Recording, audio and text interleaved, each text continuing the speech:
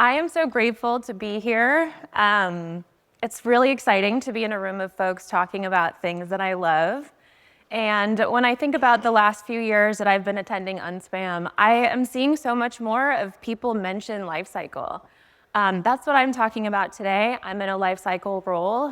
We had some really amazing discussions yesterday in that breakout room. So I am here to talk today about this term zone of genius. I could call this talk a few different things. This could be about building the business case for boundaries. I could also call it, how do I do the right work? But I think what I want to lead into, actually, is this idea of Operation Speak Up. So my talk today will be successful if you feel like coming away from this, you can properly diagnose for yourself or for your team whether you're doing the right work. I'll start with a quick introduction. This is my favorite headshot. Thanks, AI. This is me as a Lego. My name is Anne. I have a almost, 12-year history in email. Over the last few years, I've done some work of changing that title from email to Lifecycle. So I'm currently at Alma. And I am really excited to bring this idea that I kind of formed in my early tenure at Alma to this audience. I want to start by talking about what is the challenge that we all feel as lifecycle marketers. When I hear the perennial challenge for us, I think about the tension between a short-term win and a long-term gain. So maybe somebody in the business comes to you and says, oh my God, we have to send this email by Friday. Or, ooh, there's this issue with some customers. Can we actually send an email to get that fixed? And if you're not careful, suddenly, not only your job, but frankly, your email calendar can get filled up with things that are actually not driving that long-term compounding evergreen strategy. As I think about some roles that I've had in the past, especially in B2B. How many folks do we have in B2B here? Okay, so this next slide is really for you, but everything else is for all of us. Raise your hand if you've ever been personally victimized by webinar emails. What I mean by this is you think about the invites, the reminders, the thank you, the sorry we missed you, the ways that you can maybe be trying to deliver for all of the other parts of your business. And you're actually struggling to find the space for the right work. You're struggling to find the space to make sure that people are hearing the right things from you. And that would be about the programmatic return. So when I say programmatic, I mean those campaigns that you turn on. It's a workflow. It's things that flow through on their own. And so I just want to offer you this as I get started in my presentation. What I'm working towards, this is just a teaser, what I'm working towards is this final output. This is something that I created in about April of last year, talking about what is the zone of genius of Lifecycle. So there's some tension here between what the business needs, what maybe an individual marketer wants from their career, what the customer wants, and what drives revenue. So we're going to build up to this. We're going to come back to it. And where should we begin? With a story. The foundation to any good story is conflict and tension. And that's what I want to invite y'all to think about as I speak here today. Tension and conflict is good character development. This is Tom against Jerry, and who is going to win? So I joined my company in February of last year, did this exercise through that, so I'll be telling the story throughout that context. I came in, I had a great team of folks doing amazing work, kind of took some time to step back and say, what are we all doing? What are we all focused on? So you think about, as a lifecycle marketer, the inventory of work. You might be doing some enablement for customer-facing teams. Maybe there's like a, oops, sorry this happened. We'll send out an email to let y'all know what to do next. Maybe some triaging of issues, certainly some project management. There's programmatics. She'll come back. Some weekly newsletters, a monthly roundup, new product launches, ad hoc reporting, all of these things that kind of come together into the tapestry of what a lifecycle marketing team can be doing. And I was spending some time thinking about Are there themes here? You look at the swath of work that a team is doing, and I thought a few categories emerged. So the first was enablement. This is, think about a product launch email, think about accomplishing somebody else's goal, but using email to do it. There was some ad hocs. So I've had some conversations the last few days talking about how do you evolve your strategy from ad hoc to programmatic. There is maybe a place for ad hoc, but if you're doing too much, by the time you get to the programmatic work, you think about a communication limit as an example. If you set the limit that somebody in your ESP can only receive 2 emails a week, and you send out a good number of ad hocs, they might never get what that programmatic is. So saw another trend here about ad hocs. Some of it, frankly, was marketing operations work. Some of this was about building in Marketo and doing the QA and all of these amazing technical things that MOPS folks do so well. And then over here was programmatic, so she's back. She's kind of like hanging out on the bottom left. And as I was thinking about the scope of work here and weighing them, it was actually really heavy on the right. Really heavy focus on enablement and ad hoc, and less focus, pretty light, on the programmatic side.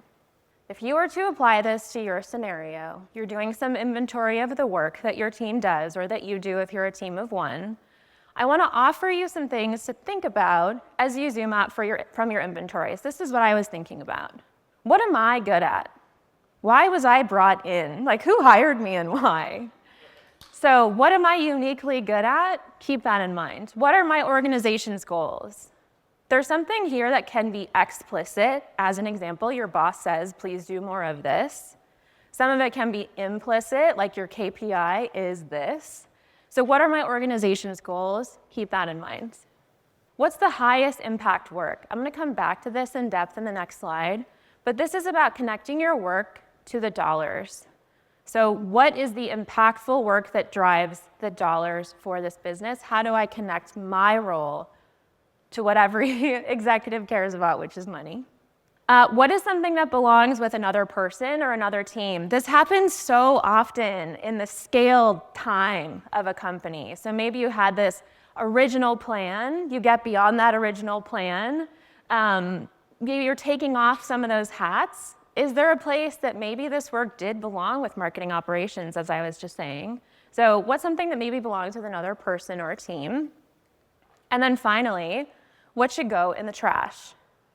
This is also maybe known as kill your darlings. This comes up a lot in this scale stage of companies. So if you do this inventory, you take a step back and think about these things. I want to dive in deeper on how do you make your organization money. I think this slide actually could be a whole separate talk about like how to write a resume. So how do you talk about connecting your work to something that is a universal language? Maybe the KPI that you're measuring is subscriber, maybe it's donor, maybe it's amount per donor, maybe it's a SaaS metric, but there's a really interesting exercise here when you think about what makes your organization money. I'll give you some examples. Does it create more conversions, which is money? Does it save time, which saves money? They say time is money. Does it improve sales, which is literally dollars? Does it mitigate risk, maybe, which saves money? So when you think about the role that you have, I think between somebody who's maybe a lifecycle marketer, imagine somebody who's driving revenue, who's driving conversions, versus somebody who's in marketing operations. We might talk about our KPIs differently, but there is a common language that we can share between us to get to this answer.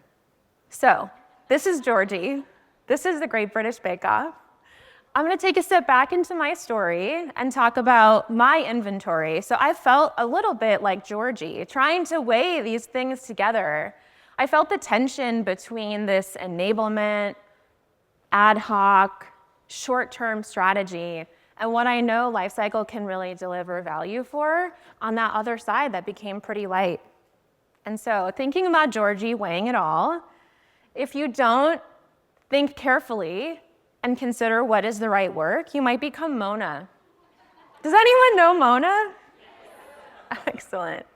So it could become a tug of war. You want to go this way. You're trying to lead the business this way, but ultimately, these short-term or maybe non-conversion driving activities can really drain your time. So when you think about that inventory, I guess the worst case scenario here would be this tension and conflict that can't resolve. So I'm pulling this way, the business is pulling me that way. As I'm thinking about that, I had read a book recent to last year about Ikigai. Is anyone here familiar with this concept? A little bit, a few. So you might have seen this on LinkedIn or Pinterest or people talking about how do I figure out my calling? So there's some tension here in these concentric circles, and I think the clearest one to illustrate the point here is between what you love and what you can get paid to do. I think part of that middle space might be email. But you think about what somebody loves to do might not always drive dollars. You might not be able to afford your life by just I love to read. That's not going to pay my bills.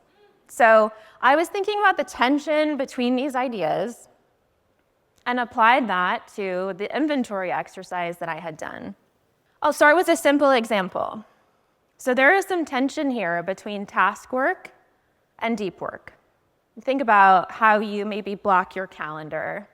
To get 30 minutes in between meetings, you might not be coming up with your next great idea. But when you think about the tension between these and you focus on that area in the middle, is there something that's actually driving both? So I wanted to use a simple example to illustrate that it doesn't have to be 4 concentric circles. It doesn't have to be Lifecycle in the center. But when you think about the tension in your job and where you feel like you're pulling one way and maybe your company or your manager is pulling another, something like this might help get you on that track. So this is my zone of genius. I have a few layers. This is the simplest. I was thinking about this. I was socializing with some folks last year. Naomi was one of them. Thank you, my friend. And I think that in the world of Lifecycle, there is this common tension between what supports revenue goals, what the business wants to have happen, and what the customer wants. Those might not always be the same thing. Sometimes the business needs to get out a terms and conditions update. That does not affect revenue goals, and it might not even really be what the customer wants. So I think this top area feels like, what are we talking about when we say life cycle? What does that mean? And then this bottom green area is actually my favorite. So I lead a team, and I think about, how do I make sure that these people still want to work here? How do I make sure that they have the most excellent, amazing experience in Lifecycle so that they want to keep coming back? And so these 4 things layered on top of each other gives us that magic middle, that secret sauce of this is doing Lifecycle the right way. My second layer, I was thinking, what are these things? How do I translate this even further? So what supports revenue goals, kind of abstract. What the customer wants, who knows? But I have some additional layers here. So between what the business needs and what supports revenue goals, batch and blast maybe. I'll talk more about that in a second. But we think about what is technical growth work and then what does the customer want. There's a nice marriage there between what is an in-context communication. So I was thinking, okay, extending this thought exercise, what is one layer deeper? And then finally, this is my last layer, these circles that are just outside of one. So I was just talking about batch and blast. On the left side here, I have the customer deserves better. Okay, so let's look closely at the circle. We are in 3 categories on the left, but we are distinctly outside of what the customer wants. So in this area, what is happening? This is the land of diminishing returns. This is where you might exhaust your audience so much so that they unsubscribe. This is a big risk when businesses are doing ad hoc again and again and again. You will not always see the same returns there. So this is an opportunity to highlight. If this is the pain in your organization, this is an opportunity to highlight. As I said earlier, my favorite, this green area. So I think about the company that I'm at right now, Alma, in the mental health care space. As an example, there could be some really cool stuff that an email marketer might want to do, like a really highly interactive email, that our audience probably doesn't care about. So this is about making sure that the work that you're doing that's cool is also cool to the business, right? So you're not just designing something beautifully and amazingly if maybe a text-based email would work. How to use this with the team. So I had this brain concoction, took it to my team, and the exercise I did was, where on the map would you place your work today? So really nice exercise to get into the mindset of what does your team think that they're doing, and do they think that it's important? So some really interesting learnings came up out of here. I'll circle two of them. The first on the left. So this person with this purple, what is that even? Diamond. They think that what they're doing is not at all what the customer wants. That's a really interesting insight to understand what they perceive the value of their deliverables are, and how much in the nose of what the customer wants they feel like they're achieving. So interesting insight. On the other side, somebody who feels like what they're doing is torn between what the business needs and what the customer wants, but it does not support revenue goals, and it does not feel like that growth-oriented, proud, amazing experience work. So something really interesting about this person, I would think about their job satisfaction, whether they still want to be here. If they feel like their work is not driving revenue, what do they think is the value of it? So you think about how this exercise can teach me a lot as the person who is leading this team and talking about how to retain great employees. Okay, so now what? Maybe we did this exercise, we have these concentric circles to our own application. What do you do now? What did I do? So I went to my manager and talked about it. I was like, ooh, you know what? I actually think what y'all want me to do is something different than what our team is largely focused on. My head of department. So whoever is the actual decision maker within your part of the business, this is about selling it to them. This is about naming the trade-offs and the risks if you do or don't do it. So this is about using the right language to speak their language. My team definitely don't want to change all of this overnight without letting anybody know, right? So this is about bringing folks along with you. And then finally, my peers. So part of this, if you're holistically changing the strategy from ad hoc to programmatic, how do you tell other people how to work with you? How do you set expectations about what you're uniquely good at? How you drive conversions or money, mitigate risk, save time. So we'll talk more about how to use this map with your manager. The first one is connecting the dots on impact. I have two ideas for y'all here. So as an example, let's say that you are a designer or a developer and you're like, why? This doesn't have to do with me. Please speak to me. Imagine that you spin up an email design system. So instead of having to do something for the first time every time, you're saving the time not only for your team that you're not designing and again, but you're also saving the time for the people who maybe build those into blocks in the ESP. So connect the dots between what you're doing and what is the impact of that work. And the way that you do that is talking about money. So if you're talking about Lifecycle and what is the drive over here versus this time savings over here, connect the dots on impact. Secondly, you got to name your trade-offs because your manager might look like this when you first talk about it. Yeah, I'm totally down. Oh, no, actually, now that I was thinking about it. So when you're talking about naming trade-offs, this is about making sure that folks go in aware of what we're talking about, getting rid of and doing more of. So using your map with your manager, make sure that you're talking about what they're signing up for so that they understand what you're communicating. And then finally, this is such a happy baby because you brought solutions. So when you're talking to a manager and maybe proposing a little bit of a shift to your job scope or your team's responsibilities, just saying that you want something to be different probably won't get you the outcome that you're hoping for. So if you bring a solution and you're using the language of your manager to do that, they're going to be pretty happy. So I want to take a little bit of an elbow off of this conversation and talk about one of my favorite things, levels of helpfulness scale. And HRBP taught me this when I was pretty young, and I will never forget it. So the levels of helpfulness scale it's pretty simple. I'll run you through it quickly to start. The first level is I have a problem. The second is I have a problem and here are some solutions. The third level, I have a problem, here are some solutions. I think this is the best one because, don't forget the because. And then finally, there was a problem, just so you know, I made this choice, now it's fixed. My friend Karen Walker is going to tell us which of these levels do you think is most appropriate for this zone of genius exercise? I'm going to say level 3. I have a problem, here are some solutions, I recommend this one because. You cannot, on your own, change the entire scope of your job or change the focus of your team. And so what you're really presenting to a manager here is an opportunity. I have this problem, I'm starting to notice that we're spending a lot of time here. I think some solutions could be, and I would recommend that we use this one because you can connect that back. So, talk to you about how to do this. The first thing when you're making a case to your manager is that you can't be too presumptuous. You cannot walk into a room and just tell them how it is.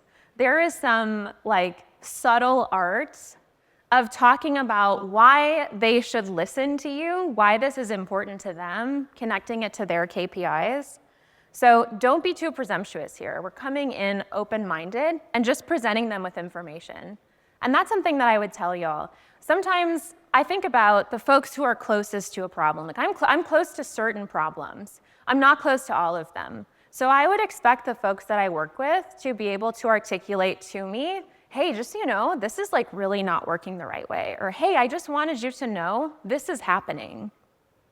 And so it is your job as somebody close to your problems to communicate what those are and make sure that your manager knows. Because if they're expecting you to deliver a KPI of conversions, but you've been executing on the ad hoc strategy over here, they're gonna ask you at the end of the year what happened to the KPI that you were signed up for. So on the second point, I would say know your audience. We're all marketers here. I have 2 suggestions for you. The first is to use voice of customer data. What I mean by that is say the words that your manager has said. So you hear them talk, you understand what's important to them, say it back to them. So use that voice of your customer here as your manager. Use that voice of the customer to make sure that y'all are speaking the same language. And then secondly, what is valuable to their part of the business? So what are they trying to drive? What are the KPIs that their team overall ladders up to? So this is about making sure that the language that you're speaking connects to the priorities that they have. The last thing here, something that we've all probably heard before, you want to talk about the benefits, not the features. So it's not about all of these shiny bells and whistles. It's about what those bells and whistles let you achieve. So talk about, instead of, oh, this is this problem and actually it works this way because of this, focus on what the ideal outcome is and speak in those terms. Sometimes I think about, how do you actually say this? I wanted to bring y'all an example of a level 3 that I would use in this scenario. Something like, I've been noticing, nice language, I've just been noticing that these folks are spending a lot of time on X. It is increasingly taking away from our ability to do Y, which is threatening our ability to deliver Z at the end of the year, which I know you care about because that's our team's goal. If nothing else changes, we will have to do this. I'd recommend we invest half of this time to do this thing instead. It helps us achieve B faster. We could deliver this by then. Do you have any concerns? I think this is a really nice example of that level 3. There's a problem. Here are some solutions. This is the one that I recommend. And I think about what I am expecting to hear from the folks on my team. What I want to hear from people is, I don't think this is working right. I think this is what I want to give y'all is permission to speak up and say something about this doesn't feel right. Something about this is focused too much over here. Or, wow, this is really sinking a lot of time. And so if somebody came to me with this level 3 example, I would definitely have an idea of the next part of the conversation I'd want to have.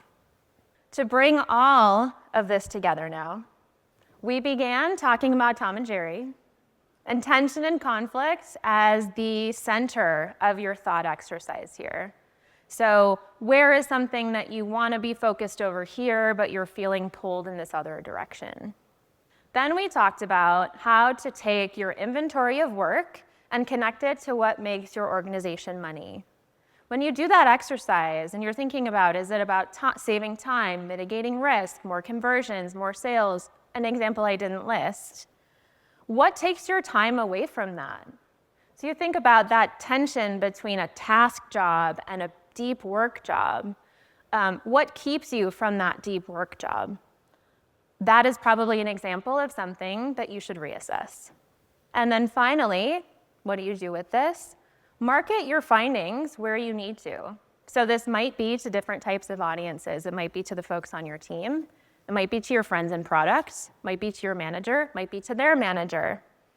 And the idea here, especially as you're talking up in the organization, you want to make sure that you're presenting solutions and talk about the trade-offs. You never want somebody to say yes and not have understood that that implicates this other part of the work. But if you're connecting all of this to how does my job make folks money, how do I defend my employability? How do I make sure that I feel like I have a role in this organization over time? You want to make sure that you're focused on the right work. That's it for me. I want to say, if y'all want to talk about this, you can find me in Email Geeks all of the time. I love that place. I will chat to you about it. If you want to talk to me over email, you can do that too. But I'm just so grateful to be here. Thank you so much. Woo-hoo! Thanks, Ann.